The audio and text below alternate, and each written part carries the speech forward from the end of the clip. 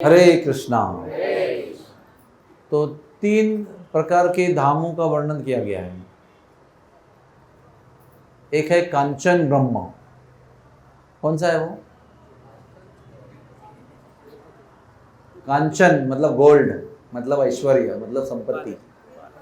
हाँ, तिरुपति। तिरुपति को कांचन ब्रह्म कहा गया है। फिर अन्न ब्रह्म, सबको मालूम है, तुरंत तुरंत बोला सबको। वहां पर भगवान 56 भोग लेते हैं। क्या कहें आपको, ऐसा वरदान उन्होंने दिया है राजा इंद्रद्युम्न को कि एक एक भोग लिया और हाथ धोया तो वो हाथ सूखने के पहले दूसरा भोग शुरू करना चाहिए, कंटिन्यूअस। तो जगन्नाथ जी का जो हाथ है ना, वो कभी सूखते ही नहीं है, कांस्टेंट। वो प्रसाद या पानी इससे ही पीले रहते हैं। और तीसरा है नाद ब्रह्म। वो क्या है? अभी आपको समझ में आएगा कि मैं आपको क्यों टोका बालगाली में लोगों को। हाँ, क्योंकि नाद ब्रह्म है। जब से आया हूं, जब से आता हूं, जितने साल से, कितना भी जल्दी आ जाओ, आपको लगेगा एकादशी के दिन बहुत कीर्तन होता होगा। 10 दिन पहले आ जाओ, फिर भी आपको 24/7 यहाँ पर कीर्तन ही मिलेगा। हाँ, डिबी डिबी डिपांग डिपांग डिपांग डिबी डिबी डिपांग डिपांग डिपांग चलते रहता है कांस्टेंट। और एक नहीं, 4 कीर्तन का लाउड स्पीकर एक साथ चलता है। तो 4 कथाएं, 4 कीर्तन एक साथ में चलते हैं। और आप 3 बजे उठो, 2 बजे उठो, रात को 12:30 बजे सो जाओ, आपको अखंड कीर्तन मिलेगा, क्योंकि नाद ब्रह्म इसका नाम है। स्वर, हाँ, ऐसे ही नहीं दिया उसका नाम नाद ब्रह्म। तो हमें कैसा आना चाहिए यहाँ पर? हमें भी नाद ब्रह्म में रहना चाहिए। या तो निरंतर जप करना चाहिए, या तो कीर्तन करना चाहिए। अगर कीर्तन हो रहा है तो बिल्कुल भी आलस्य नहीं करना है। आपका असफल है यहाँ पर आना अगर आप कीर्तन में आके ऐसा इधर उधर देखेंगे और कहीं और गुम हो जाएंगे। अधिकतर कहाँ गुम होते हैं हम लोग आजकल? हाँ, सबको पता है यार, सबको नॉलेज आहे, पण कसं आहे, कळत आहे पण वळत नाही, है ना? सबको पता है कि हमारा ध्यान जो भगवान का जिस पर अधिकार है उसे कौन छीनता है, सबको पता है। लेकिन फिर भी हम दिल से उसको छीनने देते हैं। ले लो, आपका ही है। जिस दिन हम सब लोगों ने ये व्रत ले लिया कि हम जप करते समय मोबाइल को नहीं देखेंगे, उस दिन से आपका जीवन धन्य हो जाएगा। अब ये सब क्यों बता रहा हूं? बहुत जल्द चतुर्मास आरंभ हो रहा है, और चतुर्मास में ऐसे कहते हैं कुछ ना कुछ व्रत लेना चाहिए। मैं तो कहता हूं इससे बड़ा व्रत कलयुग में आजकल है ही नहीं कोई। मोबाइल को छोड़ के बंद रख के जप करना, ये आप सब लोग प्रण कर लो पंढरपुर के धाम में कि आज से ही, अभी वो एकादशी और पूर्णिमा का इंतजार मत करो, प्रतीक्षा मत करो, तुरंत शुभस्य शीघ्रम, है ना? अच्छा काम जो है वो कल परसों मुहूर्त देखने की जरूरत नहीं होती। अच्छा काम तो अच्छा ही काम होता है, तुरंत होना चाहिए। ये हमारी जीवन की कसौटी है। आपको वन में जाने की जरूरत नहीं है, पहाड़ों में जाने की जरूरत नहीं है, परिवार को छोड़ने की जरूरत नहीं है, धन संपत्ति त्याग करने की जरूरत नहीं है, कुछ भी करने की जरूरत नहीं है। बस थोड़ा थोड़ा मोबाइल छोड़ दो और भगवान का नाम का जप करो। भगवान भी आपको बड़ा आशीर्वाद देंगे। कितना बड़ा प्रलोभन आपने छोड़कर मेरे नाम के लिए छोड़ दिया। सुने, कितना अच्छा लगेगा कि मेरे नाम के जप के लिए इन्होंने मोबाइल का मोह छोड़ दिया है। मोबाइल का मोह। आपके देश में होता है ना मोमो। याद रखो, मोबाइल का मोह छोड़ दो। हरे कृष्णा। इसलिए बार बार इस विषय पर चिमटे निकालना मेरा काम है, और वो मैं करते रहूंगा। दूसरी बात कि धाम कहाँ प्रकट होता है? हम लोगों से बहुत लोगों को भी दर्शन करने का मौका नहीं मिलेगा शायद, क्योंकि इतनी भीड़ है, इतना लाइन है, सेवा भी है, तो हो सकता है दर्शन नहीं मिलेगा। तो क्या विठल जी नहीं मिलेंगे? क्या लगता है आपको? दर्शन नहीं मिला तो विष्णु नहीं मिलेंगे? नहीं, विट्ठल जी उनके नाम में भी है, विट्ठल जी उनके भक्तों की सेवा में बैठे हुए हैं, विट्ठल जी कथा में प्रकट होते हैं। हाँ, सबसे अधिक भगवान प्रकट कहाँ होते हैं? कथा के माध्यम से प्रकट होते हैं। जब धाम की महिमा प्रकट होती है उसमें से भगवान प्रकट होते हैं। ऐसे ही घूमने को जाएंगे बिना कुछ पता किए हुए तो कुछ भी समझ में नहीं आएगा। ऐसे क्यों खड़े हैं, कोई कह रहा है उनकी स्थापना नहीं की है, कोई कह रहा है प्रतिष्ठापित है, कोई कहे ऐसा, आपको समझ में नहीं आएगा। तो पहले है श्रवण, उसके बाद में दर्शन। और अधिकतर संत लोग बताते हैं कि श्रवण के माध्यम से ही दर्शन होता है। संत लोग कहते हैं कि कानों से ही देखना है हमको, जब सुनेंगे तो समझेंगे, तो जो देखेंगे वो समझ में आएगा, तो देख रहे हो तो समझ में नहीं आएगा। इसलिए मैं जानता हूँ कि आप लोग दिन भर सेवा करेंगे, कर रहे हैं, आगे भी करेंगे। हो सकता है कथा में नींद आ सकती है।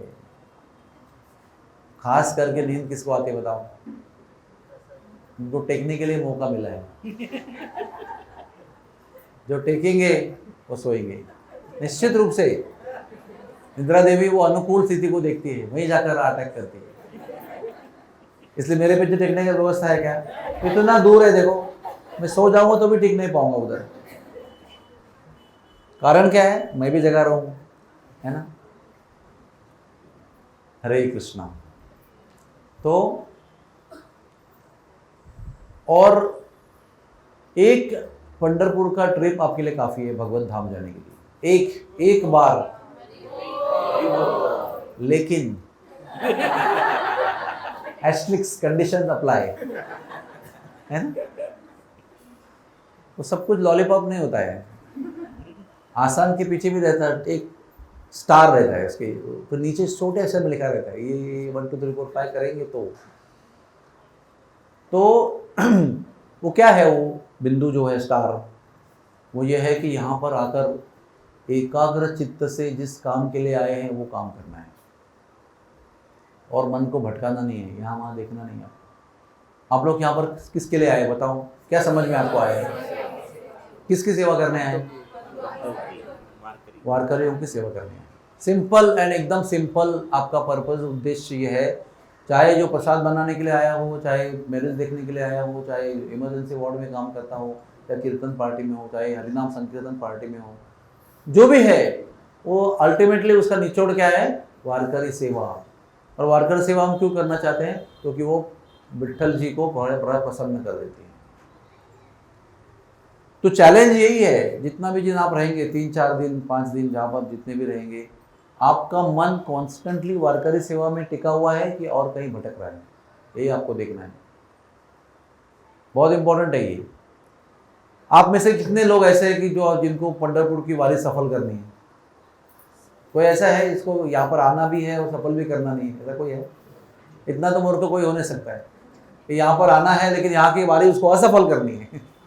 ऐसा नहीं हो सकता। सबको अपनी वारी सफल करनी है, चाहे मेडिकल स्टूडेंट हो, डॉक्टर हो, या और कोई काम करते हो, क्योंकि सब लोग आत्मा है, भगवान का अंश है। सब लोगों को धाम में आकर अपना यात्रा सफल करना है। इसके लिए नंबर 1 है सेवा में एकाग्रता। किधर भी इधर उधर टाइम पास नहीं करना है। सेवा एक है, सेवा दुनी सेवा, वही करना है। वक्त जो है, वो समय जो है, उसको बेकार में व्यर्थ नहीं करना है। अगर सेवा आपकी समाप्ति भी हो गई, आपका ड्यूटी समाप्त हो गया है, आप अभी वापस जाकर स्नान वान करके फ्रेश हो गए, तो भगवान नाम का जप करो, यहाँ आकर बैठो और कीर्तन में साथ दो। बिना बताए यहाँ वहाँ भटको मत। आपका लीडर को पता होना चाहिए आप क्या कर रहे हो, किधर हो, क्योंकि सुरक्षा भी इम्पोर्टेंट है ना। कहीं गुम हो गया इधर तो जिम्मेदारी है उसकी। और सबसे बड़ा इम्पोर्टेंट काम जो है ना, यहाँ पर अपना व्यवहार जो है ना, वो बहुत उच्च होना चाहिए, क्योंकि सब लोग आपको देख रहे हैं। पुलिस लोग देख रहे हैं, ट्रैफिक पुलिस भी आपको देख रहे हैं, यहाँ के आने जाने वाले वारकरी आपको देख रहे हैं, मरीज के रूप में आके आपको देख रहे हैं, सब आपको देख रहे हैं। और उनको लगता है कि आप भक्त हो, इस भाव से आते हो। तो हमें भी कैसा है, भक्त जैसा व्यवहार करना चाहिए ना। अगर वो हमको देख रहे हैं तो हम न चाहते हो भी हमारे पर एक जिम्मेदारी होती है। अगर आपने पुलिस का ड्रेस पहना हुआ है और रोड पे खड़े हैं, तो आपको एक जिम्मेदारी होती है कि भाई पुलिस होने के नाते आप वो चोरों की तरह व्यवहार नहीं कर सकते, चोर नहीं बन सकते पुलिस होने के बाद। चोर होंगे तो भी पुलिस वर्दी में थोड़ा सा आपको संभालना पड़ता है। तो पुलिस का उपमा मैंने दिया, लेकिन आप लोग तो भक्त हो सब लोग, कोई भक्त का नाटक करने के लिए यहाँ पर नहीं आए, सब लोग भक्त हैं। तो आपको भक्त जैसा व्यवहार करना चाहिए। और खास आपको देखना है कि स्त्री और पुरुष इसके बीच में जो व्यवहार है वो बहुत पवित्र और शुद्ध होना चाहिए। किसी भी प्रकार का यहाँ पर उसमें गलत उद्देश्य, गलत व्यवहार नहीं होना चाहिए, क्योंकि वो हमारे पूरे आध्यात्मिक जीवन का आत्मा है।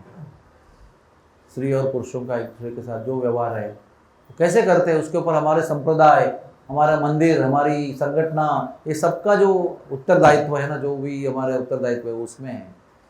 किसी भी मंदिर में आप जाएंगे ना, या चर्च में जाइए या किधर भी जाइए, आप किसी भी धार्मिक संस्था में जाइए, प्रवचन में जाइए या कथा सप्ताह में जाइए, कहीं भी सभा में जाइए, और जब बाहर का व्यक्ति नया आता है ना, उसके अंदर एक नया, हम लोग मंदिर में कैसे करते हैं, आज के कार्यक्रम में कोई पहली बार आया हो तो उसको खड़ा करते हैं, उसको सत्कार करते हैं ना। तो वो जो नया व्यक्ति आता है, एक पहली बार आता है, वो सबसे पहले क्या देखता है कि ये भक्तों के समुदाय में, ये संप्रदाय में, ये भक्तों की संगठना में स्त्री पुरुष कैसा व्यवहार करते हैं, सबसे पहला देखते हैं। भोजन कैसे करते हैं, खा के उठते बैठते टेबल में बैठते, वो नहीं देखते। सबसे पहले देखते हैं कि स्त्री और पुरुषों का व्यवहार इसमें कैसा है। उसके ऊपर वो उस संप्रदाय का, उस संगठन, उस मंदिर की जो क्या कहते हैं उसकी वैल्यू, मूल्य, उसका मापते हैं। हमारा मूल्य मापन जो है वो हमारे संस्था में स्त्री और पुरुष कैसे व्यवहार करते हैं उस पर किया जाता है। और प्रभुपाद जी ने तो बड़ा सुंदर आदर्श हमको दिया है, श्रेष्ठ आदर्श हमको दिया है, कैसे व्यवहार करना है। आपको इस सारे दिनों में ये ध्यान में रखना है कि मेरा व्यवहार ऐसे होना चाहिए कि उसको देखकर दूसरों को प्रेरणा मिलनी चाहिए। और कोई भी क्या कहते हैं उसको, अल्टीरियर मोटिवेशन, हाँ, यहाँ पर आने में कोई अल्टीरियर मोटिवेशन है, वारकरियों की सेवा के अलावा कुछ मन में मोटिवेशन है, तो भी आपकी यात्रा फेल है। और वारकरियों की सेवा ही प्रधान आपका कार्य होगा, तो बाकी आपकी सारी इच्छाएं पूरी हो जाएगी। प्रसाद अच्छा मिलेगा, कीर्तन अच्छा मिलेगा, जो भी सब कुछ अच्छा मिलेगा, रहने की व्यवस्था में भी आपको आनंद आएगा, क्योंकि घर की सुविधा तो यहाँ नहीं मिलेगी ना। घर का बाथरूम, घर का एयर कंडीशन, घर का बेड, सब कुछ यहाँ पर नहीं मिलेगा। और वो सेवा करने आए, वॉलंटरीली, स्वयं स्फूर्त तरीके से हम कुछ तप को स्वीकार करने आए हैं, कुछ असुविधा को एक्सेप्ट करने आए हैं, तो वो भी हमको करना चाहिए। क्योंकि असुविधा को स्वेच्छा से स्वीकार किए बिना, वो भी भगवान के लिए, आध्यात्मिक उन्नति नहीं होती है। तप की व्याख्या क्या है? तप की व्याख्या बहुत सिंपल है, स्वेच्छा से भगवान के लिए स्वीकार की हुई असुविधा, है ना। तो वो हम सबको यहाँ पर फिट करना है कि हम लोग यहाँ पर कोई भी कंप्लेंट नहीं करेंगे, क्योंकि किसी का खुद का बंगला नहीं है ये कि वो अपना यजमान के रूप में आपका स्वागत कर रहे हैं। सब लोग यहाँ पर दूर से आए हैं। डॉक्टर चौधरी हमारे प्रमुख है, वो भी बाहर से आए, उनका कोई घर बंगला यहाँ पर नहीं है। वो बेचारे दिन रात, डॉक्टर श्रीविद्या, वो सब लोग मिलकर व्यवस्था करते हैं, कोशिश करते हैं, प्रयास करते हैं कि आप लोगों को आराम मिले, अच्छी तरह से आप रहे, प्रसाद मिले, आपको कोई असुविधा ना हो। फिर भी असुविधा होती है, क्योंकि ये धाम में आए ना, घर से दूर आए। तो मन में ठान लो कि हम लोग यहाँ पर कंफर्टेबल होने के लिए नहीं आए हैं। आपको दी हुई स्थिति में कंफर्टेबल होना है स्वेच्छा से, और ऊपर से क्या बोलना है एंड में? थैंक यू विठ्ठल भगवान, बहुत धन्यवाद। क्यों धन्यवाद देना है? असुविधा दिया, रहने का व्यवस्था ठीक नहीं था, और जो भी है सब कुछ फिट नहीं हुआ। आपने हमें धाम में आने को दिया, आपके घर में, धाम यानी उनका घर है वो। कौन भगवान के घर में घुसने की हिम्मत कर सकता है बताओ? आप में से कितने लोग हैं जो नरेंद्र मोदी के घर में जा सकते हो? बोलो। इच्छा तो सबको होगी, कौन जा सकता है? उनकी मर्जी होगी, आपको आमंत्रण होगा तो आप जा सकते हो। और ये भगवान जो सारे सृष्टि के मालिक है, उसके घर में हम दिन दहाड़े घुस रहे हैं, और फिर कंप्लेंट भी कर रहे हैं क्या पानी नहीं है, गर्म नहीं है, ठंडा नहीं है, क्या बटाटा वड़ा एक ही मिला, 4 चाहिए थे। तो ये ऋणी भाव यहाँ पर मन में बसाना है। आपकी यात्रा तब सफल होगी जब जाते समय आपको लगेगा अरे समाप्त हो गया सेवा, धन्यवाद है भगवान आपका, आपने हमको आपके धाम में इतने सारे करोड़ों क्षण रहने दिया, यहाँ की हवा को लेने दिया, यहाँ के जल को पान करने दिया, यहाँ का प्रसाद ग्रहण करने दिया, यहाँ के वारकरियों की सेवा करने का मौका दिया, निवास दिया, धाम वास। ये सब कल्टीवेशन की बातें हैं, अपने आप नहीं होता है। कुत्ता बिल्ली आता है तो उसके मन में ये विचार नहीं आते हैं, मनुष्य के मन में ही आ सकते। कुत्ता बिल्ली तो बहुत है, सुअर भी है यहाँ पर, सब सब प्रकार के जानवर हैं, लेकिन धामवास आप ही कर सकते हो। उनका भी धामवास हो रहा है, लेकिन सार्थक तरीके से धामवास केवल मनुष्य आप लोग कर सकते हो, और वो आपको करना चाहिए। नहीं तो बॉम्बे में तो रहते ही अपने घर में कंफर्टेबल, है ना। ये सब धाम के वास की बहुत महत्वपूर्ण बातें हैं, और वो सफल करना है तो जप करना बहुत आवश्यक है। तुझे रूप चित्ती राहो, मुखी तुझे नाम, ये धामवास का रहस्य। पांडुरंग का प्रत्यक्ष दर्शन हो ना हो, उनकी इच्छा है देंगे, लेकिन मन में तो उसका चिंतन कर सकते ना। इधर तो बैठे ना, इधर दर्शन दे रहे। प्रतिमा नहीं तुम्ही साक्षात ब्रजेंद्र नंदन, तो प्रतिमा फोटोग्राफ नहीं है, वो साक्षात है भगवान। आप देखेंगे तो आपको लगेगा फोटो है तो फोटो है, आपको लगेगा विठ्ठल साक्षात उपस्थित है, तो वहां पर है वो पूरी शक्ति, पूरे ऐश्वर्य, पूरे व्यक्तित्व के साथ, पूरी शक्तियों के साथ उपस्थित है। तुझे रूप चित्ती राहो, मुखी तुझे नाम, और हाथ पैर क्या करेंगे, सेवा करेंगे, तो आपकी पंढरपुर की वारी सफल है। ऐसी एक वारी करेंगे ना, तो एक वारी का भी रिकॉर्ड अगर जमा हो जाएगा ऊपर, तो वो एक वारी भी आपको उनके धाम में ले जाने के लिए पर्याप्त है। इसमें कोई संदेह नहीं है, कोई डायलॉग बाजी नहीं कर रहा हूँ, कोई लिखा हुआ स्क्रिप्ट नहीं पढ़ रहा हूँ, वो हृदय की अनुभूति है और ये हकीकत है। अनंत संतों ने भी यही कहा है, यहाँ पर हर कोई नहीं आ सकता है। आपको क्या लगता है, टिकट निकाला आपने, रूम बुक किया, उनके कैंप में नाम दे दिया तो आप आ गए? नहीं, विठ्ठल बुलाते हैं ना तो ही आता है यहाँ पर कोई। बाकी लोगों को आइन मौके पे लूज मोशन होता है, किसी का पैर टूटता है, किसी के घर में कुछ प्रॉब्लम होता है, लैंड का इश्यू हो जाता है, कोई घर का कोई पता नहीं क्या क्या हो जाता है, आइन मौके पे टिकट है कैंसिल हो जाता है। वृंदावन बरसाने की भी यही कहानी है, वहीं पहुंचता है जो राधा रानी उसको बुलाती है। बाकी सब लोग तो ऐसे ही सोचते रहते हैं जाऊंगा जाऊंगा। तो आप लोग यहाँ आ गए, इसका अर्थ क्या हुआ, विठ्ठल जी ने आपको सैंक्शन कर दिया, आ जाओ मेरे धाम में रहो, मेरे भक्तों की सेवा करो। ये जीवन की सर्वोच्च प्राप्ति है। बाकी धन दौलत परिवार डिग्री ज्ञान वान सब तो कर्मों के अनुसार चलते रहता है, इसमें कोई कंट्रोल नहीं है। यही जीवन की प्राप्ति, इसी के लिए हमने मनुष्य का जन्म लिया है, इसी के लिए मनुष्य जन्म को दिया गया है, ताकि हम भगवान के शरण में रहे, भगवान के भक्तों की सेवा में रहे। सबसे सुरक्षित स्थान है वो, कोई माया आपको छू नहीं सकती। अगर आप इस चेतना में भगवत सेवा में हो तो माया आपको छूने, माया को शक्ति नहीं आपको छूने की। जहान कृष्ण तहान नाई माया अधिकार।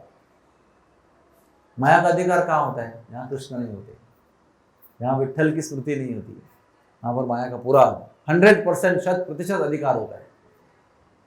लेकिन जहाँ विठ्ठल की स्मृति है, जहाँ पर मुख में उनका नाम है, जहाँ उनकी हमारे अंग इंद्रिय उनकी सेवा कर रहे हैं, माया का कोई शक्ति नहीं है, इतनी बलशाली है। दैवी ऐशी गुणमयी मम माया दुरात्यया, भगवान स्वयं बोल रहे हैं, किसी को लांघने की शक्ति नहीं मेरी माया के ऊपर, लेकिन जो मेरी शरण में है माया उसको छू नहीं सकती। तो यहाँ का निवास जो है वो माया के आवरण में नहीं करना है, यहाँ का निवास माया से मुक्त होकर करना है। सदैव भगवान नाम, भगवत सेवा, भगवत दर्शन चित्त में करते हुए करना है। और अभी मैं आपको वो कथा बताऊंगा जो इस धाम की क्या कहते हैं उसको, सबसे प्रमुख कथा है, सेंट्रल स्टोरी, केंद्र स्थानीय स्टोरी, वो पुंडलिक की कथा। वो हमको बता देती है कि धाम में क्या मूड होना चाहिए। ये तो आपको मैंने बाह्य नियम बताए कि कैसे व्यवहार करना है, कैसे वस्त्र पहनना है, कैसे खाना है पीना है, कैसे सेवा करना है, टाइम पास नहीं करना है, मन को भटकाना नहीं, ये सब फिर भी बाह्य है। अहो बाह्य, अंदर की बात क्या है, इस धाम के भाव को आप पकड़ेंगे ना तो वो आपकी यात्रा सफल कर देता है। हर एक धाम का एक भाव होता है, यहाँ तक कि वृंदावन धाम में भी बहुत सारे अलग अलग विभाग है, नंदगांव, बरसाना, गोवर्धन, काम्य मन, बहुत सारे अलग अलग है। वो अलग अलग वन का भी अलग अलग भाव है। किसी वन में बाल्य लीला है, किसी वन में श्रृंगार लीला है, किसी वन में वात्सल्य लीला है, किसी में वात्सल्य और बाल लीला का कॉम्बिनेशन है, किसी में और कुछ कॉम्बिनेशन है। राधा रानी के धाम में एक अलग कॉम्बिनेशन है, लेकिन अपना अपना एक स्थायी भाव है। और संतों की कृपा से वो हमको पता चलता है कि ये इस धाम का स्थायी भाव है, और वो हमको पकड़ना चाहिए उनकी कृपा से। तो इस धाम का स्थायी भाव क्या है? इस धाम का स्थायी भाव जो मुझे समझ में आया है वो सेवा है, बस ओनली सर्विस। वो यहाँ की सेवा इतनी पावरफुल है कि अगर आप करेंगे निरपेक्ष होकर तो भगवान दौड़ के आएंगे आपको देखने के लिए। ये इस धाम की महिमा है। ये धाम की स्थापना यानी धाम की शुरुआत ही उससे हुई है। स्थायी भाव का मतलब क्या है? मूल भावना, मूल चेतना, जिस पर ये धाम का पूरा अस्तित्व आधारित है, उसको स्थायी भाव कहते हैं। फाउंडेशनल मूड, स्थायी भाव कहते हैं। तो कथा आरंभ कृष्ण लीला से होती है दशम स्कंद में। वो क्या है कि भगवान वृंदावन छोड़कर गए, सब गोपियों को, ग्वाल बालों को सब छोड़कर गए। सब लोग सुन रहे हैं ना? लगे रहो और सुनो। भगवत कथा आरंभ हो रही है। भगवत कथा जहाँ होती है वहाँ पर सब नदियाँ, सब तीर्थ, सब धाम, सब संत, नारद मुनि, सारे संत, हनुमान जी, भगवान स्वयं, राम कृष्ण, सब प्रकट हो जाते हैं उसके अंदर। देखो आसपास में आपके मिलेंगे, आपको बीच में बैठे होंगे। ये सत्य बात है, विनोद नहीं कर रहा हूँ मैं। जहाँ कृष्ण की कथा होती है, सारे संत, सारे नदियाँ, सारे तीर्थ, सारे कुंड, सारे सरोवर, सारे संत लोग और सारे धाम जो उधर नहीं है, बाहर के, सब प्रकट हो जाते हैं। एक साथ में आप सारे तीर्थों में स्नान कर सकते हैं जब आप कथा में बैठते। भगवान अभी कंस के निमंत्रण पर अक्रूर जी के साथ वृंदावन छोड़ के मथुरा चले गए। मथुरा में उन्होंने कंस का वध किया, बहुत सारी चीजें हुई। कंस का वध करने पर क्या हुआ? कंस की दो पत्नियां थी, क्या नाम था उनका? यस, दो लड़कियां थी जो कंस के साथ विवाह किया गया। उसका नाम क्या था? अस्ति और प्राप्ति। तो कंस मरने के बाद क्या हो गया? वो विधवा हो गई। तो बड़ी रोते रोते रोते उसके पिता के पास गई। उनके पिता का नाम क्या था? जरासंध। बहुत भयंकर बलशाली था वो, लेकिन होशियार भी था बहुत। दो लड़कियों को देखकर कंस का जमाई बनाया अपने को, कंस को अपना जमाई बनाया और अलायंस बनाया। तो फिर रोते रोते गई। अभी समझो किसी पिता के घर में विधवा लड़कियां रोते रोते आएगी कंप्लेन करते हुए, तो पिता का आनंद होगा क्या? क्रोध आया उनको, क्या हुआ? बोले कृष्ण ने हमारे पति को मार डाला। उसको बहुत क्रोध आया, प्रतिशोध की भावना निर्माण हुई। उसने क्या किया? 24 अक्षौहिणी सैन्य को इकट्ठा किया और मथुरा में आक्रमण किया। मथुरा का युद्ध भूमि है क्या? मतलब तो शहर है। युद्ध हमेशा युद्ध भूमि में होता है। कुरुक्षेत्र का युद्ध कहाँ? घर पे हुआ था? नहीं, कुरुक्षेत्र है पूरा रणांगण है, वो उधर हुआ था। लेकिन ये तो शहर में घुस गया। और जैसे आपके घर के सामने गली में, खिड़की के पीछे, सब जगह युद्ध हो रहा है, वो भी घमासान युद्ध हो रहा है। तो कृष्ण ने परास्त कर दिया उसको। एक्चुअली बलराम ने भी उसको बहुत पीटा, और बलराम जी आखिर में उसको ऐसे मारने ही वाले थे। तो कृष्ण भगवान ने आके रोका, बोला इसको मत मारो। बोला क्यों? तो आक्रमण करने आया, आतंकवादी है, आतंकवादी का वध करना कोई अपराध नहीं है। वो कहते हैं कि ये है ना मेरा एकदम हार्डकोर एनिमी है, ऐसा दिल से मेरा शत्रु है ये। और हम लोग क्यों आए हैं बताओ? हम लोगों ने क्यों अवतार लिए? परित्राणाय साधुनाम विनाशाय च दुष्कृताम। ये राक्षसों का वध करने के लिए भी हम लोग आए हैं।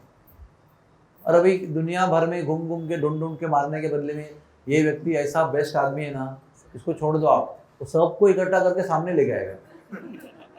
समझ में आपको आया? क्योंकि वो देखो, युद्ध में आपका वध नहीं होगा।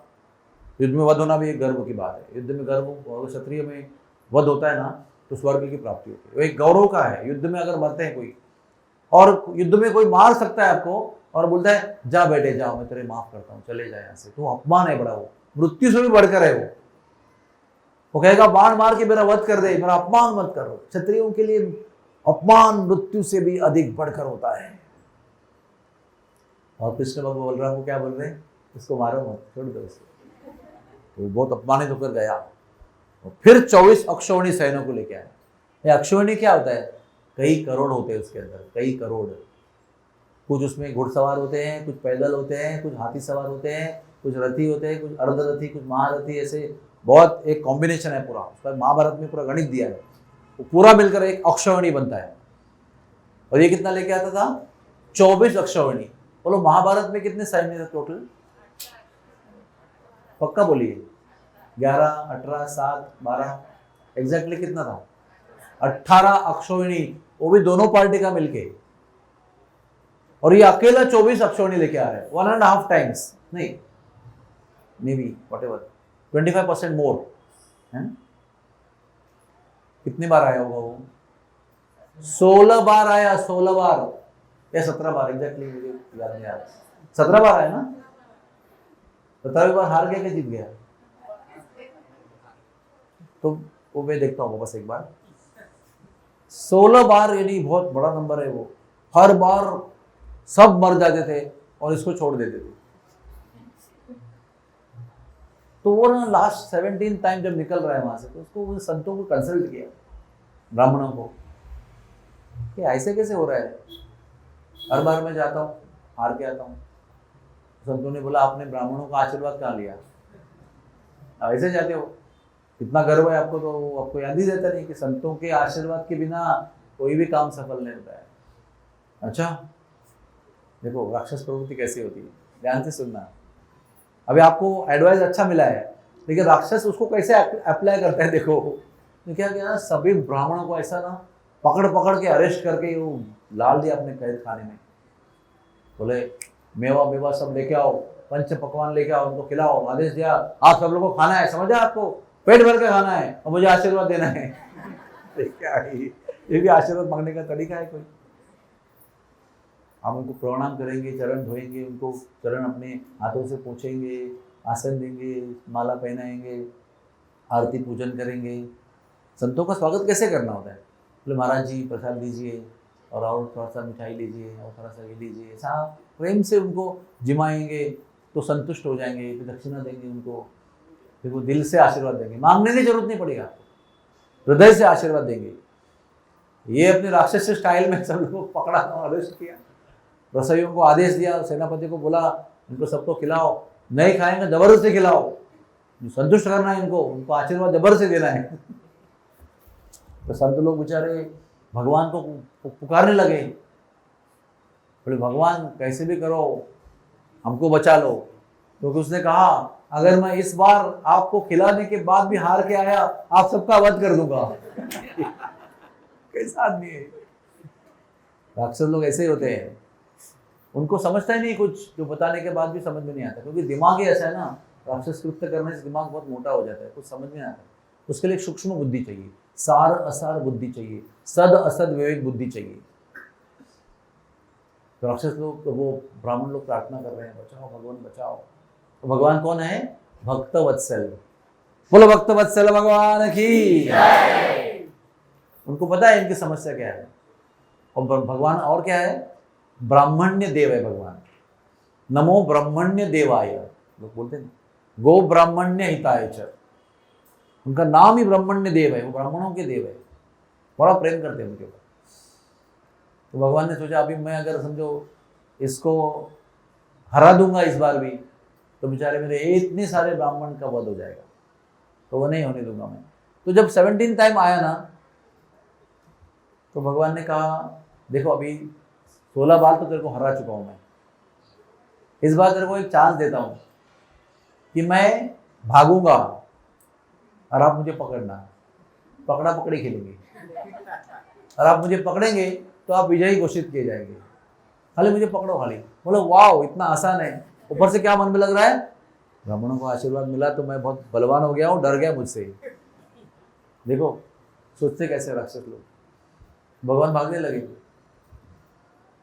तो ये एक कहानी है, इसके साथ साथ और एक कहानी भी हो रही है, क्योंकि 17वीं बार जब वो लौट के आया ना राक्षस, तो उसके खबर मिली ना कि आ रहा है। गुप्तहेर होते ना, गुप्तहेर वो तो पता करते हैं, तो पता चला आ रहे हैं।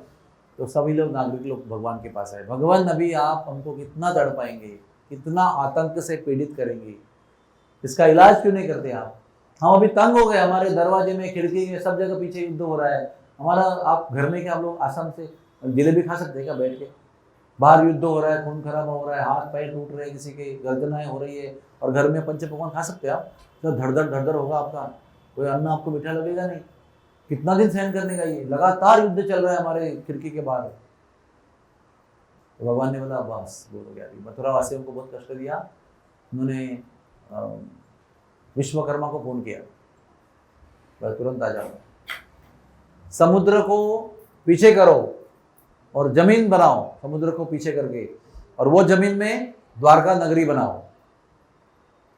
और सब डिस्क्रिप्शन दिया कि एक गुलाबी महल होना चाहिए, एक पीला महल होना चाहिए, एक कमल के आकार में होना चाहिए, चंपा के आकार में होना चाहिए, एक इस खुशबू वाला होना चाहिए। इसे पूरा डिटेल डिस्क्रिप्शन दिया, जो आपके आज के आर्किटेक्ट कभी भी प्लानिंग नहीं कर सकते। वो मैं बोलूँगा अगर ये महल बना उसमें चंपा की खुशबू आनी चाहिए, कैसे करेगा वो? बोला सीमेंट की खुशबू आएगी। लेकिन विश्वकर्मा है, और बताने वाले भगवान, करने वाला विश्वकर्मा। सबसे अद्भुत बात वो नहीं है, अद्भुत बात यह है कि उस रात को, उस दिन में कंप्लेंट हुई, उस रात को सभी मथुरावासी अपने घर में सोए और उठे अपने नए घर में द्वारका में, सामान शिफ्टिंग के साथ। ऐसा नहीं कि खुद ही शिफ्ट किया, सामान वहां रह गया फिर वापस आदमी भेजे, नहीं। यह है भगवान के भक्त होने का अर्थ। ओवरनाइट कितना, अभी आप समझो पंढरपुर आना है, आप एक रात में घर पे सोए, नेक्स्ट डे उठे तो पंढरपुर में उठे, कितना अच्छा रहेगा, ना थकान ना कुछ नहीं, एकदम बढ़िया एकदम। वो अगली रात सोएंगे पंढरपुर में, सोएंगे तो बम्बई में उठेंगे। ऐसा कभी होता नहीं है, लेकिन भगवान के धाम में ऐसा होता है। इसलिए भगवान के भक्त बनो, भगवान के धाम में रहो, सब चमत्कारिक काम होता है वहाँ पर। और फिर ये आया, फिर इसकी एक कहानी, उसमें हम नहीं जाएंगे, उसमें फिर भगवान ने उसको बहुत भगाया। अभी आप सोच सकते हैं भगवान को कौन पकड़ सकता है बताओ? मैया भी भाग रही है ना, लाला रुक जा लाला रुक जा, और सब देवता भी देख रहे हैं, अरे परब्रह्म भाग रहे और मैया भाग रहे उसके पीछे। लेकिन कब पकड़े गए वो? कब पकड़े गए बताओ? जब कृष्ण की इच्छा हुई तब पकड़े गए वो, मैया की इच्छा से नहीं पकड़े गए वो। कृष्ण ने सोचा बहुत हो गया, अभी मैया बहुत थक रही है, चलो पकड़े जाते हैं, तो फिर उसके पकड़ में आए। तो वो किसी के पकड़ में नहीं आते हैं, तो राक्षस के पकड़ में कैसे आएंगे? भक्तों के पकड़ में स्वेच्छा से जाते हैं। तो वो आए ही नहीं पकड़ में, और वो प्रवर्षण पर्वत पे चढ़ गए। तो इसने क्या सोचा, इतना डर गया है मेरा शत्रु, मेरा इतना डर गया है, दो शत्रु डर गए, अब चलो पर्वत को आग लगा देते। तो चारों तरफ से पर्वत को आग लगा दिया, बड़ी खुशी से घर चला गया, ब्राह्मणों को भर भर के दान दे दिया। मैंने तुम्हारा आशीर्वाद दिया, इससे जीवित विजयी हो गया मैं, पहले ही लेता तो कितना अच्छा था, इतने मेरे फ्रेंड लोग बच जाते। इसके साथ साथ उस समय एक और राक्षस आया। अब भगवान ने क्या किया, जब वो पर्वत को आग लगा दिया ना, तो चोटी से भगवान ने छलांग लगाई और घर चले गए। उसको लगा कि दोनों मर गए, और ये उल्टी तरफ से छलांग लगाए, आराम से घर चले गए। भगवान क्या नहीं कर सकते? एक पर्वत क्या होता है छलांग लगाने के लिए? कुछ भी नहीं होता। उसी समय काल यावन नाम के राक्षस का भी आक्रमण हुआ, उसकी भी खबर आई, और वो ढूंढा गया, मथुरा में नहीं मिला कोई, तो वो लोग किसने बोला, समुद्र में छुप गया वो। देखो, समुद्र में जमीन को प्राप्त करके, समुद्र को पीछे करके एक सुंदर नगरी बनाई, लेकिन राक्षस लोग क्या कह रहे हैं, हमसे घबरा कर समुद्र में छुप गया जाके। वही चीज है वो, हम लोग कह रहे हैं भगवान ने तो एक रात में पूरा महल बना दिया, उधर पूरा राज्य बना दिया, और राक्षस लोग कह रहे हैं कि छुप कर भागा। कोई बात नहीं, उधर तक गेट तक पहुंच गया, सारी नगरी नगरवासी सब सुरक्षित है, और उसके गेट के बाहर भगवान आए, बलराम जी भी आए, दोनों ही आए, कोई सैन्य लेकर नहीं आए। और काल यावन ने सावधान करके आह्वान दिया, तो भगवान उनके सामने जा रहे हैं, रथ में बैठ के सामने जा रहे हैं। तो उम्मीद क्या है कि ऐसे सामने आएंगे तो ऐसे बाण मार के युद्ध शुरू होगा। तो भगवान सामने आए और सीधे चले गए, जैसे मैं ऐसा आया और मैं चला गया पीछे से। आपको लगता है कि मैं युद्ध करूंगा, आप भी युद्ध करेंगे, चले गए। तो उनको लगा ये तो शत्रु पहले से डरा हुआ है, तो उसने रथ यूटर्न किया और उसके पीछे जाने लगे। तो भगवान अपना रथ बहुत जोर से भगाने लगे। उसको लगा शत्रु वास्तव में डर गया है, जब मैं मेरा स्पीड बढ़ा था तो और स्पीड से भागते हैं, यानी कि बहुत गर्भगलित हो गया है मेरा शत्रु। तो क्या आता है ना, वो योद्धा को बहुत द्वेष आता है उससे कि अपना जो शत्रु है वो भी हर डर चुका है तो मारने में बहुत आसान है।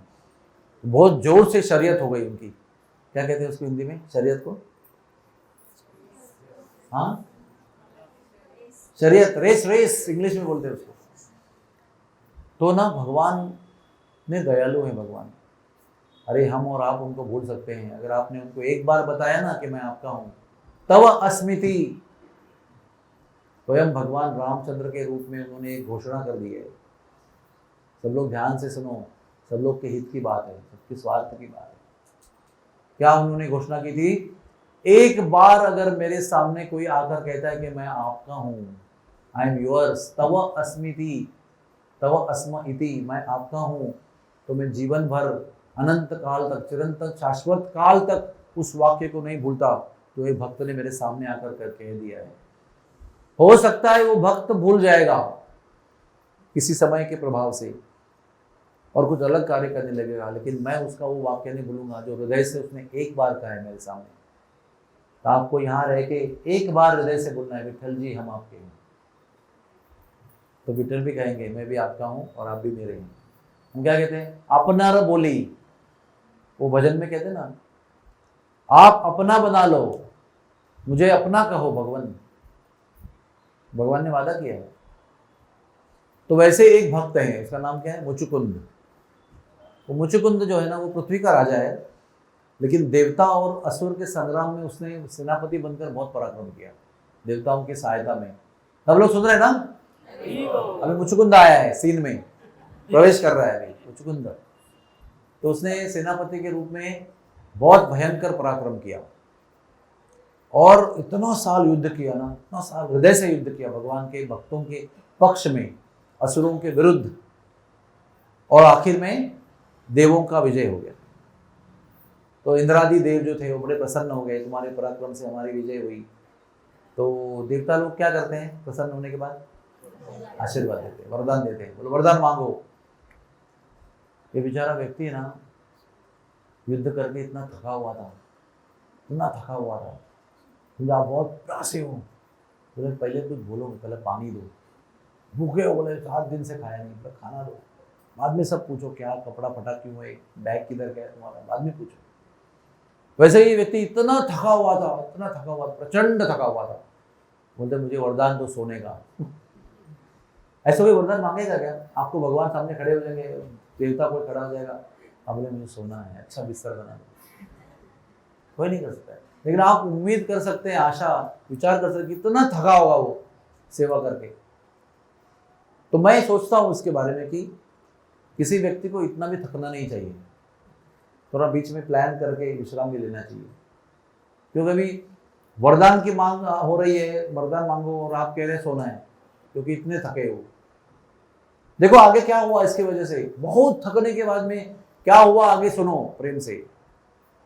तो देवता कैसे है, अभी तुम्हारी इच्छा है वो पूरी करेंगे। ऊपर से वो एक क्लॉज है, क्लॉज, हाँ, कि मुझे ऐसा सोना है कि कोई आके मुझे उठाएगा ना तो मैं आँख खोल के देखूंगा उसको तो वो जल के भस्म होना चाहिए। बाप रे, कितना नींद आएगा उसको, सोचो आप।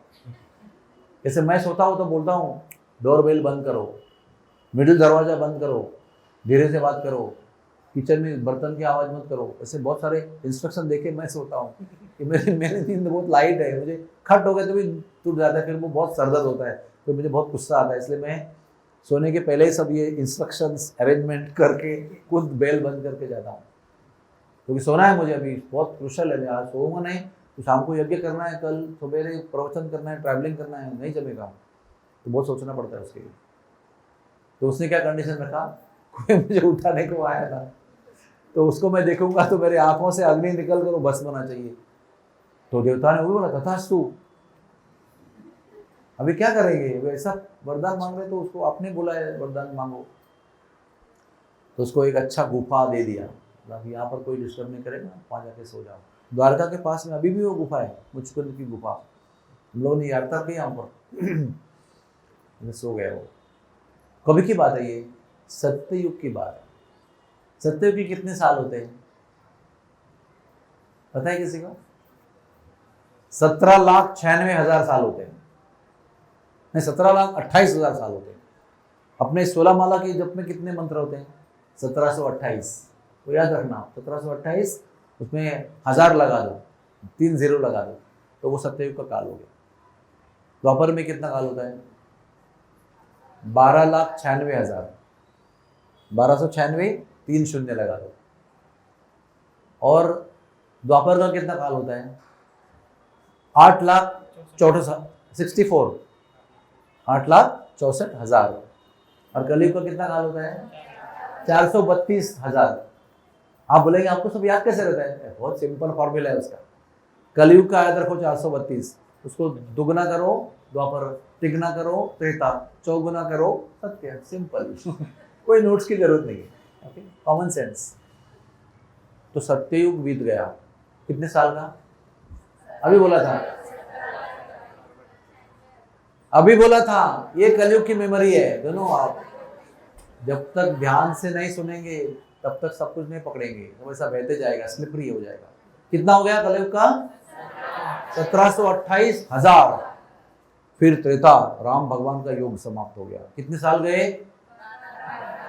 1296,000। और द्वापर के अंत में भगवान आए, कितने साल हो गए? 864,000 में के एंड के 125 साल उसमें कृष्ण आए हैं।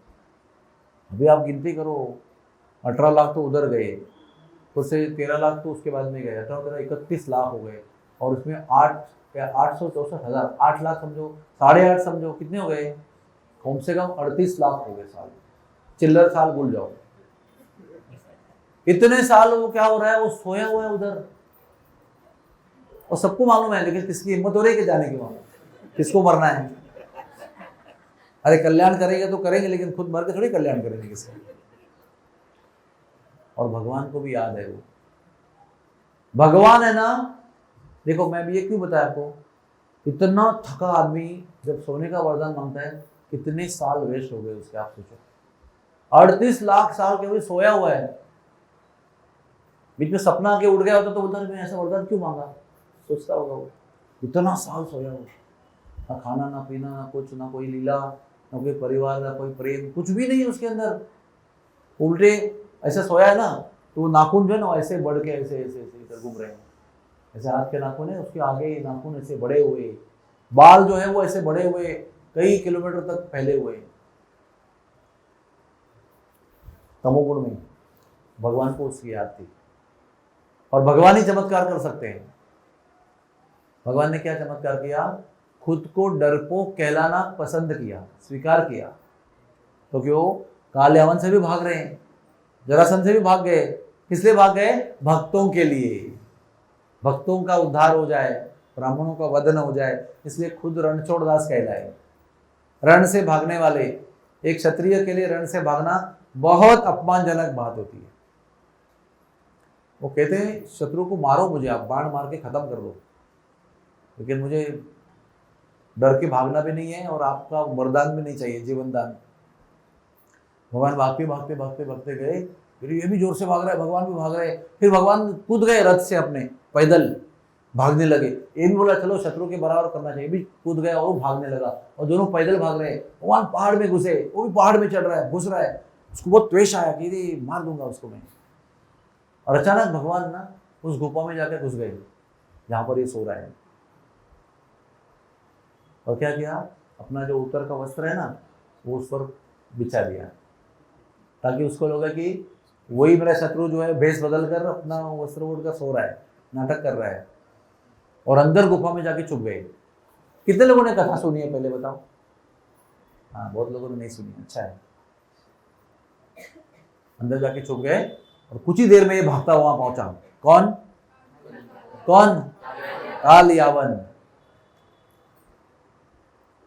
है डरपोक, सोने का नाटक कर रहा है, लेकिन मैं नहीं भूलता। आज तुम्हारा मेरे हाथ से वध निश्चित है, मरने को तैयार हो जाओ। ऐसा लात मार दे तो हिल गए तुरंत ही। तो वो जग गया बेचारा, सोया हुआ। ये बड़ा त्वेष में खड़ा है मारने के लिए, उठ जा के मारता हूँ तुझे, पोक कहीं का। आंखें खोली, आंख में से प्रचंड अग्नि आई और एक क्षण के अंदर जल के भस्मसात हो गया, खाक हो गया। कहाँ मारने आया था, खाक बन गया। वैसे ही खाक हो गया। उसको भी आश्चर्य हुआ, अरे कौन आया मुझे उठाने के लिए, लेकिन वो तो वरदान के अनुसार पता होने के पहले ही खाक हो गया। उतने में भगवान अंदर से बाहर आए, दर्शन दिया भगवान। बोलो श्री कृष्ण भगवान की, भक्तवत्सल भगवान की।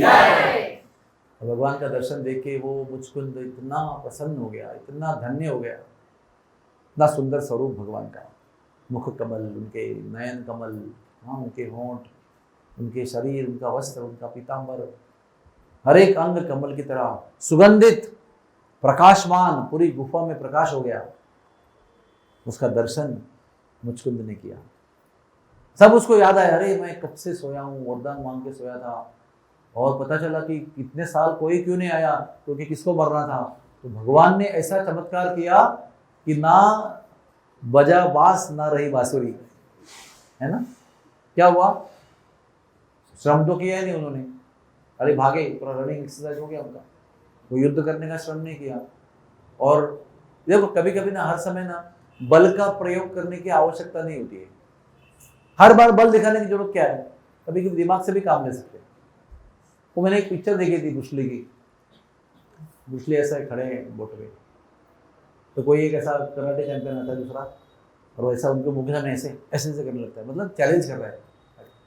तो ब्रूस ली कहते हैं कि बोट में जगह बहुत कम है लड़ने के लिए, उनको एक अलग बोट पे जाना चाहिए, सेपरेट बोट पे, जहाँ पर हम लोग थोड़ा करो चलो, तुरंत एक बोट छोड़ देते हैं, मतलब उतरो।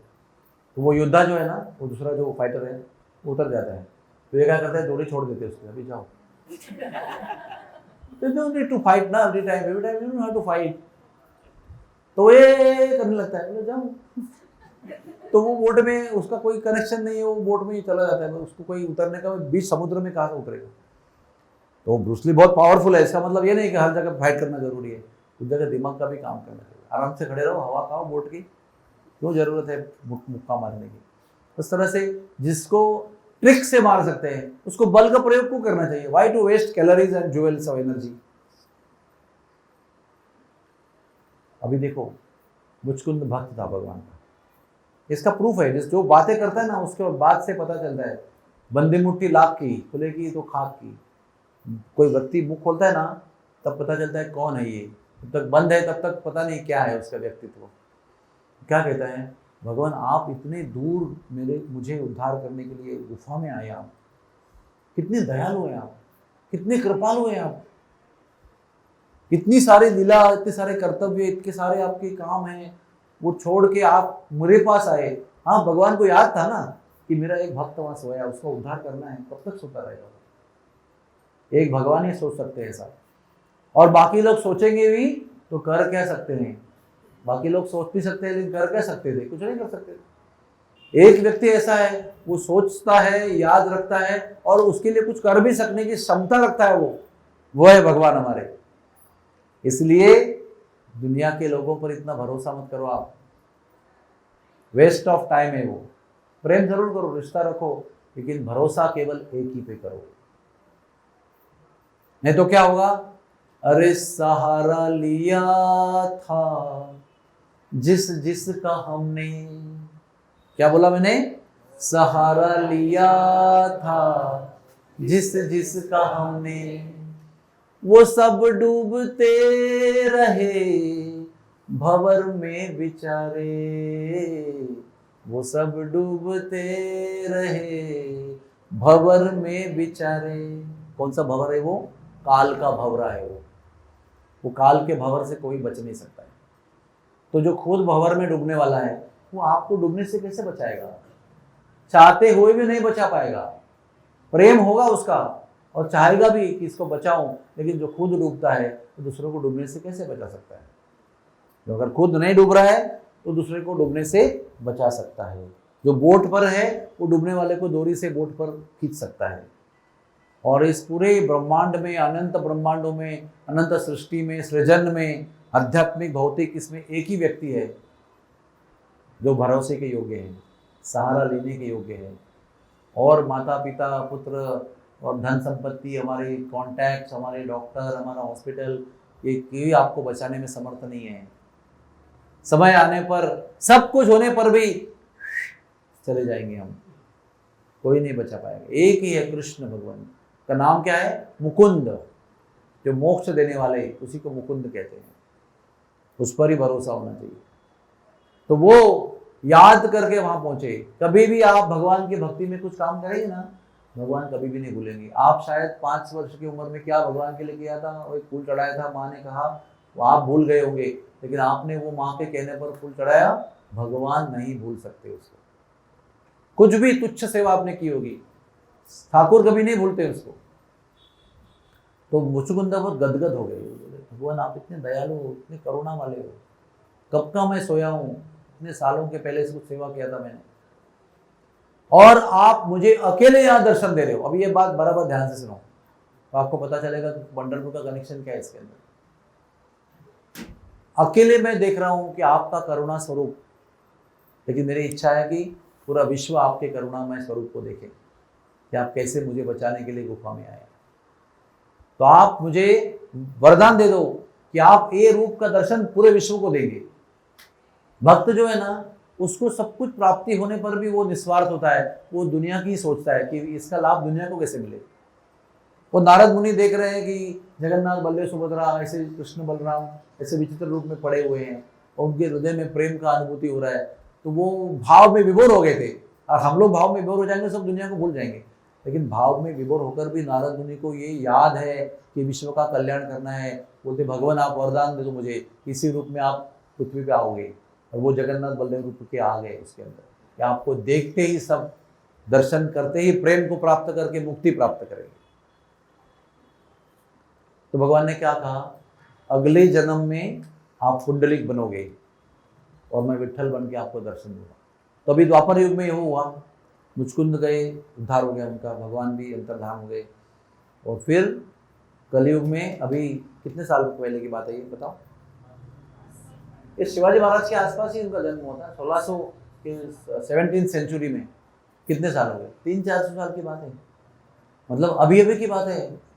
माता पिता, उनको पुत्र हुआ, पुंडलिक नाम रखा उसका। एक्चुअली पुंडरीक ये एक्चुअल नाम है, पुंडरीक। पुंडरीक का अर्थ होता है कमल दल, कमल की पंखुड़ी को पुंडरीक कहते हैं। और भगवान का नाम क्या रखते हैं? पुंडरीकाक्ष, जिनके अक्ष यानी नेत्र पुंडरीक के समान है, कमल नयन, उसको उसका नाम है पुंडरीक। तो वो भगवान के नेत्रों का जो उपमा है, कमल का दल, उसका नाम दिया उसको। लेकिन ये ना जन्म से ही बहुत दुष्ट था, बहुत कुकर्म करता था, व्यवहार उसका ठीक नहीं था, दुष्ट क्रूर व्यवहार करता था। फिर बड़ा हो गया, फिर भी उसका व्यवहार बदला नहीं। छोटेपन में अलग कुकर्म करता था, बड़े होने पर फिर सोच समझ के करने लगा। फिर उसका विवाह हुआ, तो विवाह होने के बाद में माता पिता को बहुत कष्ट देने लगा, बहुत अपमानजनक रोज बातें करने लगा। पत्नी भी उसी भाव से, पत्नी कैसी होती है, जो बाहर से आती है, वो पति का मूड देखती है, वैसे ही अपना रिश्ता देखती है कि पति को इस पर प्रेम है तो वो उसको प्रेम करती है, पति का दुश्मन है तो उस पर दुश्मनी अपने आप ही कर लेती, कोई कारण नहीं।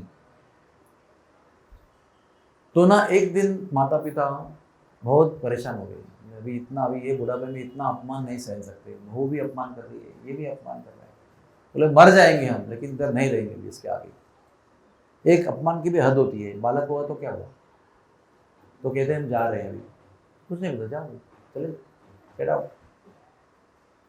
तो वो काशी के मार्ग पर यात्रा शुरू करते हैं करना अपना। मैं संक्षेप में बता रहा हूँ कहानी, पैदल जा रहे हैं बेचारे।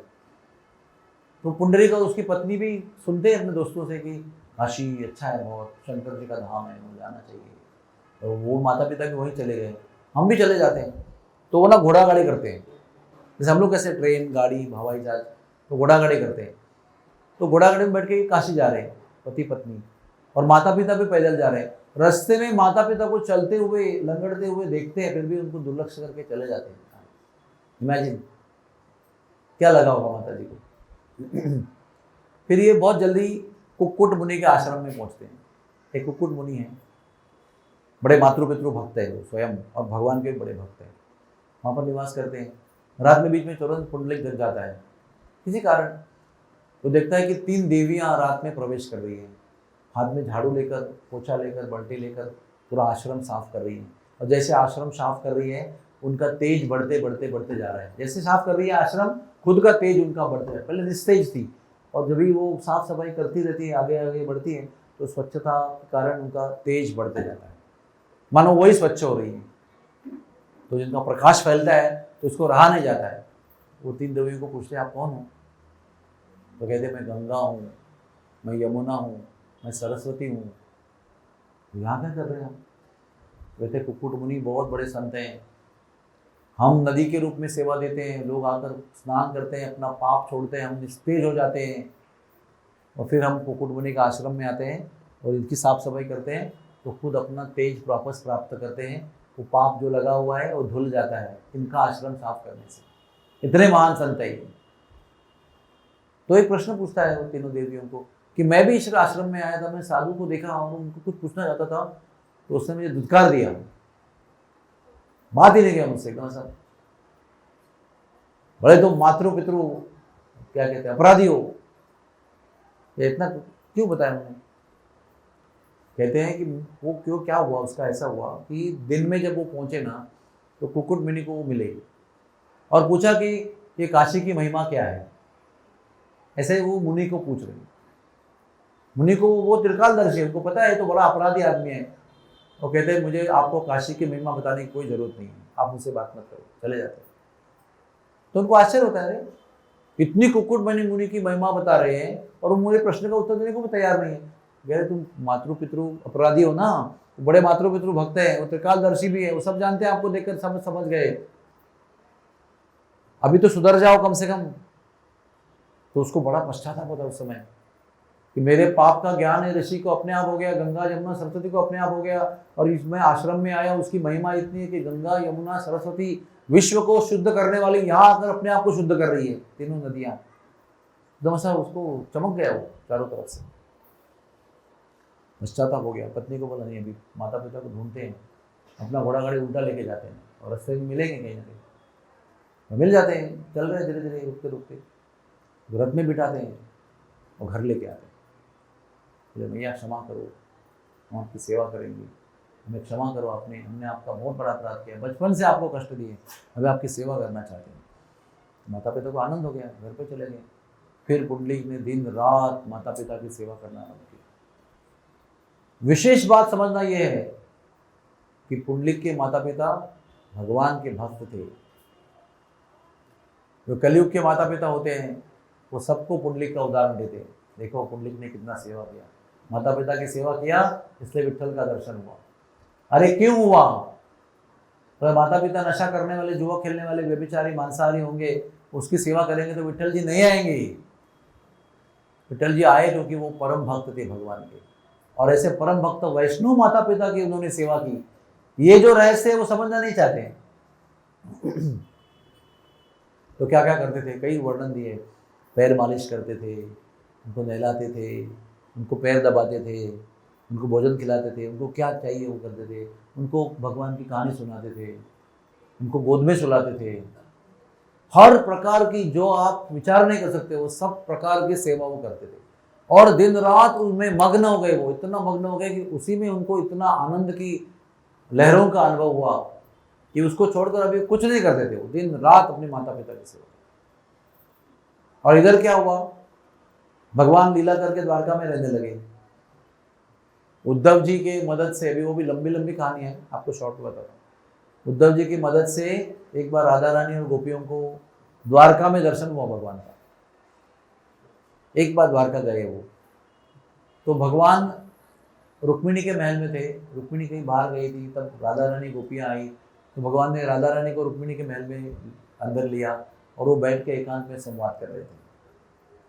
उतने में रुक्मिणी अपना काम करके आ गई और देखा तो राधा रानी के संग में भगवान एकांत में, बड़ा क्रोध आया उसको, निकल गई,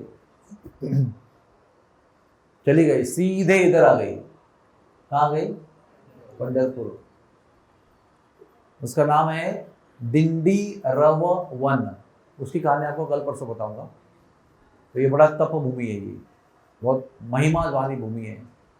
तो इस दिंडी रव वन तपोभूमि में क्रोध होकर तप करने के लिए आ गई। वो बैठ गई पेड़ के नीचे कुछ देर बाद सब संवाद समाप्त हो गया तो भगवान भी व्याकुल हो गए, अरे रुक्मिणी तो भाग के चले गई, क्रोधित हो गई, मुझे मनाना पड़ेगा। वो भी रथ लेके आ गए और देखा दिंडीराव वन में तपस्या कर रही है, भगवान से मनाने पर मानी नहीं वो। तो भगवान सोचा कि बाद में आते हैं और सीधे पुंडलिक के घर पे आ गए।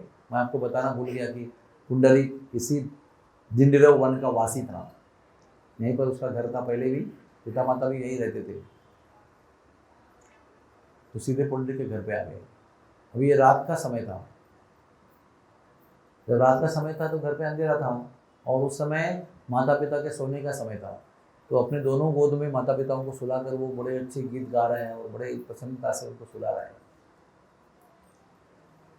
तो उतने में ना वो ऐसे बैठा है ना, यहाँ माता जी का सर है, यहाँ पिताजी का सर है, पीछे से ऐसा उसके घर पे बहुत प्रकाश दिखाई पड़ता है। समझो आप मेरे पीछे से कोई लाइट लगा दिया तो कैसे, यहाँ लाइट गिरेगा ना, तो देखूंगा अरे लाइट कहाँ से आ रहा है, तो बहुत दिव्य प्रकाश आ जाता है। तो देखते हैं तो भगवान खड़े, तो कहते हैं पुंडलिक मैं आपको मिलने के लिए आया।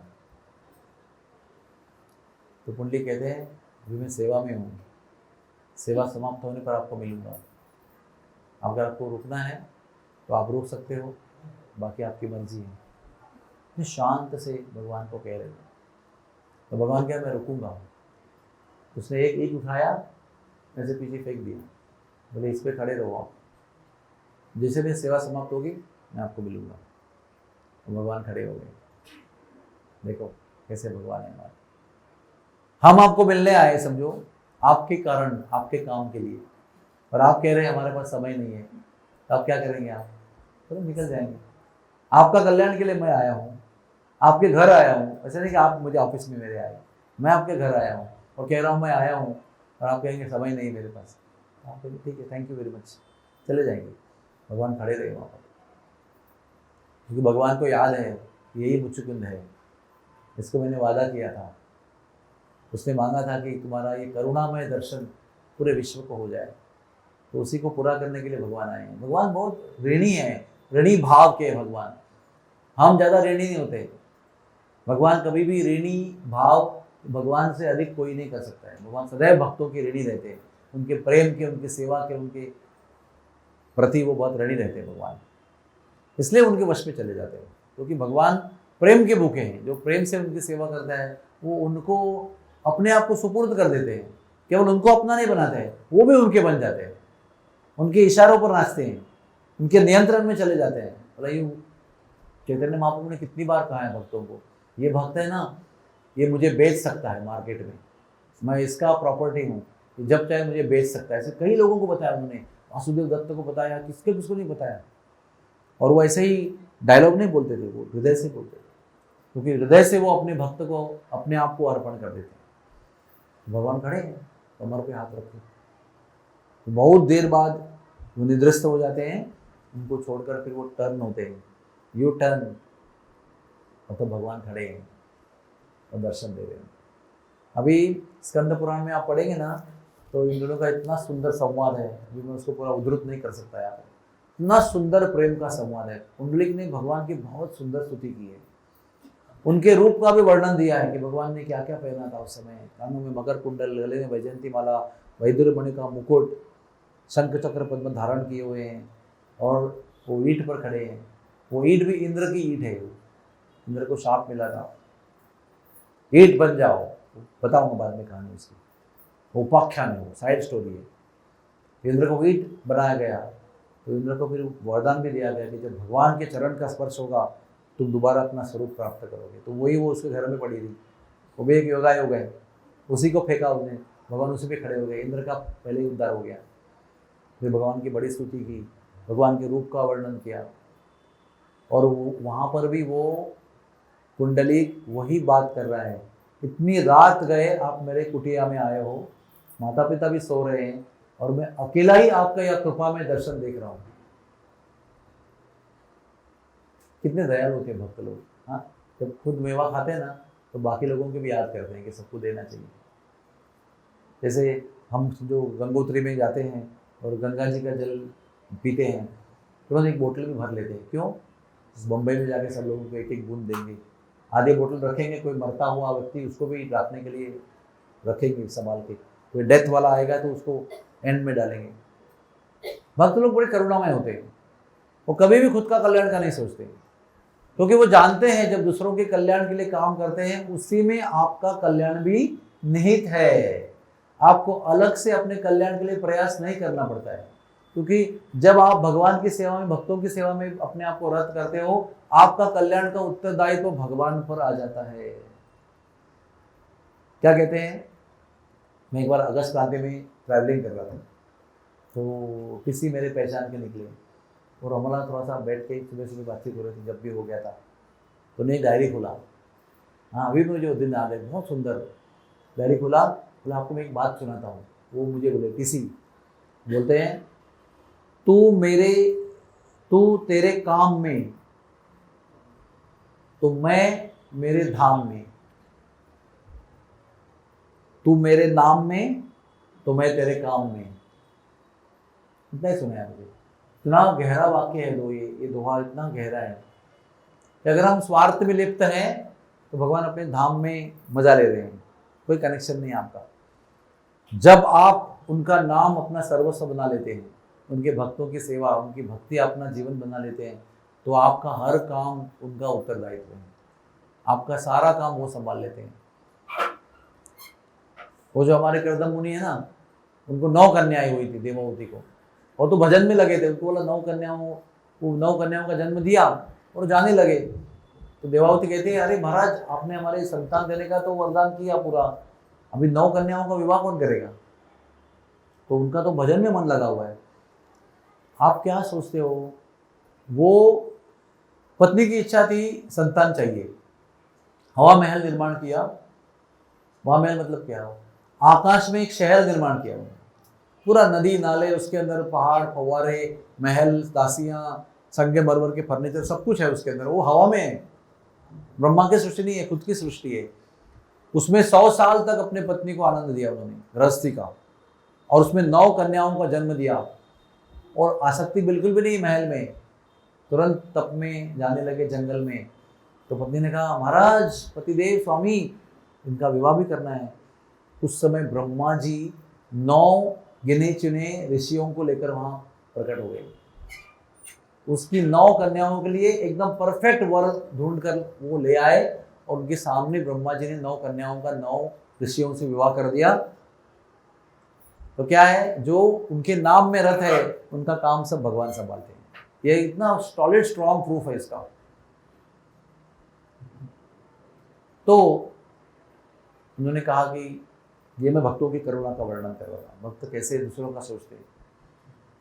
तो भगवान ने कहा, उन्होंने भगवान को कहा, आप यही खड़े रहो, यहीं खड़े रहो, और दुनिया आपको देखने को आएगी, तो वो समझेगी कि आप कितने दयालु हैं। मुझ जैसे पतित जीव को तारण करने के लिए अपना धाम छोड़कर मेरी कुटिया में आए हैं।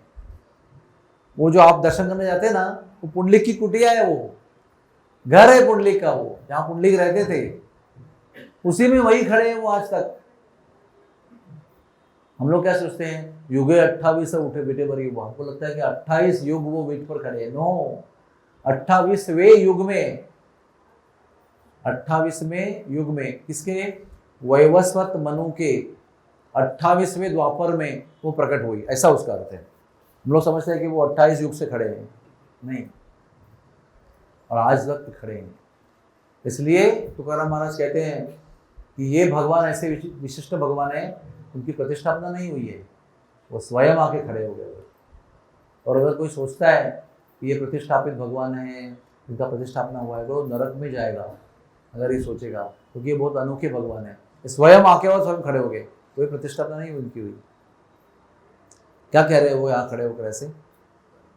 वो ये बता रहे हैं कि जो मेरा भक्तों की सेवा करता है, मेरा भक्त बनता है, जीवन को मेरी सेवा में अर्पण करता है, उसके लिए भवसागर इतना तक हो जाता है। जो भवसागर में हम डूब रहे हैं, पता नहीं कितनी गहराई है उसके अंदर, तैरना मुश्किल है, पार लगना मुश्किल है, वो भवसागर जो है मेरे भक्त के लिए यहाँ तक हो जाता है। इसमें आसानी से, बारिश में कैसा है, मुंबई में छतरी लेके चलते हैं ना हम लोग, इतना पानी में चलते थे आराम से। और आगे लिखा है भागवत में कि मेरे भक्त के लिए ये भावसागर जो है ना, वो वत्स पदम, एक गाय के बछड़े के पैर के जगह में जितना पानी रहता है ना, समझो बालू में गाय चल रही है तो हर एक पैर में एक एक गड्ढा बनेगा ना उनके पैर जैसा, और उसमें बाद में लहर आ गई तो पानी भर जाएगा, तो कितना सा होगा वो, एक बच्चा भी लांग सकता है उसको। तो इतना अथाह अपार सागर जो है जीवन मृत्यु का, वो इतना सा हो जाता है और एक बालक भी सहजता से उसको पार कर सकता है। मेरे भक्त के लिए भवसागर इतना सा हो जाता है, और यहाँ बता रहे हैं कि कमर तक हो जाएगा, चिंता मत करो, आराम से पार कर सकते हो। तो ऐसे ये हमारी सुंदर ते ध्यान उभे बेटेवरी कर कटावरी ठेवनिया, इनका ध्यान करने से भी आप पवित्र हो जाएंगे। तो भगवान ने क्या दिखाया कि जो सेवा में रत है उसको मेरे पीछे भाग के दर्शन करने की आवश्यकता नहीं है, मैं खुद आके दर्शन दूंगा उसको। कुंडली कहाँ गए थे क्या, मंदिर में किधर, वो तो अपने माता पिता की सेवा में थे, वो सेवा से भगवान प्रसन्न हो गए। आज सवेरे मैंने कहानी बताई कि गरुड़ देव को भगवान ने दर्शन क्यों दिया, क्योंकि उनकी माता जो उनकी भक्त थी विनता, उस माता के सेवा के लिए निरपेक्ष होकर उसने अमृत की प्राप्ति की, और खुद अमृत नहीं पिया, प्राप्त होने पर भी मातृ सेवा में थे वो, इसलिए भगवान ने दर्शन दिया उनको इंद्र को मिलने के पहले। तो सेवा बहुत पावरफुल होती है, सेवा जो है ना वो भगवान को वश में कर लेती है, केवल प्राप्त नहीं कराती है। वो प्राप्त करना दर्शन देना एक बात है, लेकिन वो भगवान आपके वश में हो जाना, भगवान दास बन जाते हैं भक्तों के, केवल वश में नहीं होते भगवान। देखो हमारे गोपियाँ थी ना, वो तालियां बजाती थी, उसका वो बिल्कुल ठाकुर जी ने कृष्ण करुणामृत में श्लोक लिखे हैं बहुत सारे, कि कैसे गोपियाँ ताली बजा रही है और कैसे कन्हैया नाच रहे हैं। फिर हाथ आगे करते हैं तो उनको चुल्लू भर छाछ देते हैं, इतना सा छाछ, और वो चाटते हैं उसको और कहते हैं और दो, गोपियाँ कहते हैं और नाचो, तो और तालियां बजाती हैं, फिर और नाचते हैं, ठुमक ठुमक के नाचते हैं, फिर हाथ आगे करते हैं, फिर एक चुल्लू पर छाछ देते हैं, फिर पीते हैं, इसे नाचते रहते हैं। बोलो क्या जरूरत है भगवान को, अरे वो तो पूरे सृष्टि के मालिक है, वो उनके लिए दुनिया नाचती है, लेकिन भक्त के सामने वो भी सेवक बनकर नाचते हैं, उनको रिझाने के लिए आते हैं, उनका सेवक बनकर आते हैं, उनके बनकर आते हैं। ऐसे भक्तवत्सल भगवान है। तो पुंडरीक जी के लिए भी यहाँ पर भगवान ने यही दिखाया कि मैं भक्तों के अधीन हूं, अहम पर भक्त पराधीनो, मदभूता मदभूता पूजा व्याधिका, मैं मेरी भक्ति से प्रसन्न नहीं होता हूं, मेरे भक्तों की सेवा करने से प्रसन्न हो जाता हूं। आप सोच सकते हो कि मेरी सेवा कर करके मुझे प्रसन्न करोगे, कठिन बात है बहुत, लेकिन मेरे भक्त की सेवा करोगे तुरंत मैं प्रसन्न हो जाता हूं। तो हमें भी चतुर होना चाहिए, कठिन मार्ग को क्यों अपनाना है, उनको पूजन करो लेकिन उनके भक्तों की सेवा करो। जब मौका मिलेगा ना, ये मत देखो ये जूनियर है सीनियर है, कल आया हुआ है, मैंने ही प्रचार करके उसको भक्त बनाया था तो उसको मेरी सेवा करनी चाहिए, ये सब बातें छोड़ देना। जो भगवान का नाम लेता है उसकी सेवा करना, चाहे आपके प्रचार से वो भगवान का नाम लेता होगा, लेकिन अभी वो भगवान का नाम ले रहा है, भगवान का भक्त हो गया, तो जूनियर हो सीनियर हो इक्वल हो, सेवा करो उनकी। आप ये मत देखो कि मैं संत की ही सेवा करूंगा, जो दुनिया में सम्मान प्राप्त है, महामंडलेश्वर है, उनकी ही सेवा करूंगा। नो, भगवान चैतन्य महाप्रभु ने स्वयं व्याख्या की है, जो भगवान नाम का जप करता है वो मेरा भक्त है। वो 10 साल कर रहा है कि 5 साल कर रहा है, आपसे पहले से कर रहा है कि ये नहीं बताया, जो भगवान का नाम हृदय से लेता है वो मेरा भक्त है, और उसकी सेवा करने से मैं प्रसन्न हो जाता हूँ। मद भूता पूजा व्याधिका, मद भक्ता पूजा व्याधिका। तो ये इस धाम का स्थायी भाव है, इसलिए मैंने आपको पहले ये कहानी बताई। ज़्यादा यहाँ मत डलो, भगवान के भक्तों की सेवा करो। और दूसरी बात समझना, मेरे गुरुजी ने मुझे एक बात विशेष बताई थी, हमारा लक्ष्य वारकरी सेवा है। वारकरी का मतलब क्या है, जो आषाढ़ी की वारी करता है वो वारकरी है। तो आप भी वारकरी हो, आप भी आषाढ़ी में वारकर पंढरपुर में आए कि नहीं, तो जो सेवा के लिए आए हैं वो भी वारकरी है, और जो चल के आ रहे हैं वो भी वारकरी है। तो आप इन लोगों का अपराध करेंगे, उनकी सेवा करेंगे, गड़बड़ हो जाएगा। बरसाने महाराज वही कहते हैं, हम लोग वहाँ ब्रजवासियों की सेवा करने जाते हैं। ब्रजवासी कौन है, जो ब्रज में वास करता है, जो 15 दिन के लिए वहां पर रह रहा है वो भी ब्रजवासी है। जैसे आप लोग पहुंचते हैं वहां पर 15 दिन का ब्रजवास कर रहे हैं आप, तो आप भी ब्रजवासी है और वहाँ के नेटिव भी ब्रजवासी है, तो दोनों की सेवा करना है, किसी का अपराध नहीं करना है, किसी को ऊंचा नीचा नहीं मानना है। ये सब भाव की बात है। इसको समझ में आपको आएगा ये भाव, तो आपका ये वारी धन्य है। भगवान आपको बार बार बुलाए ऐसी वारी करने के लिए। Hare Krishna Krishna Krishna Hare Hare, Hare Ram Ram Ram Hare Hare. Thank you very much. Hare Krishna.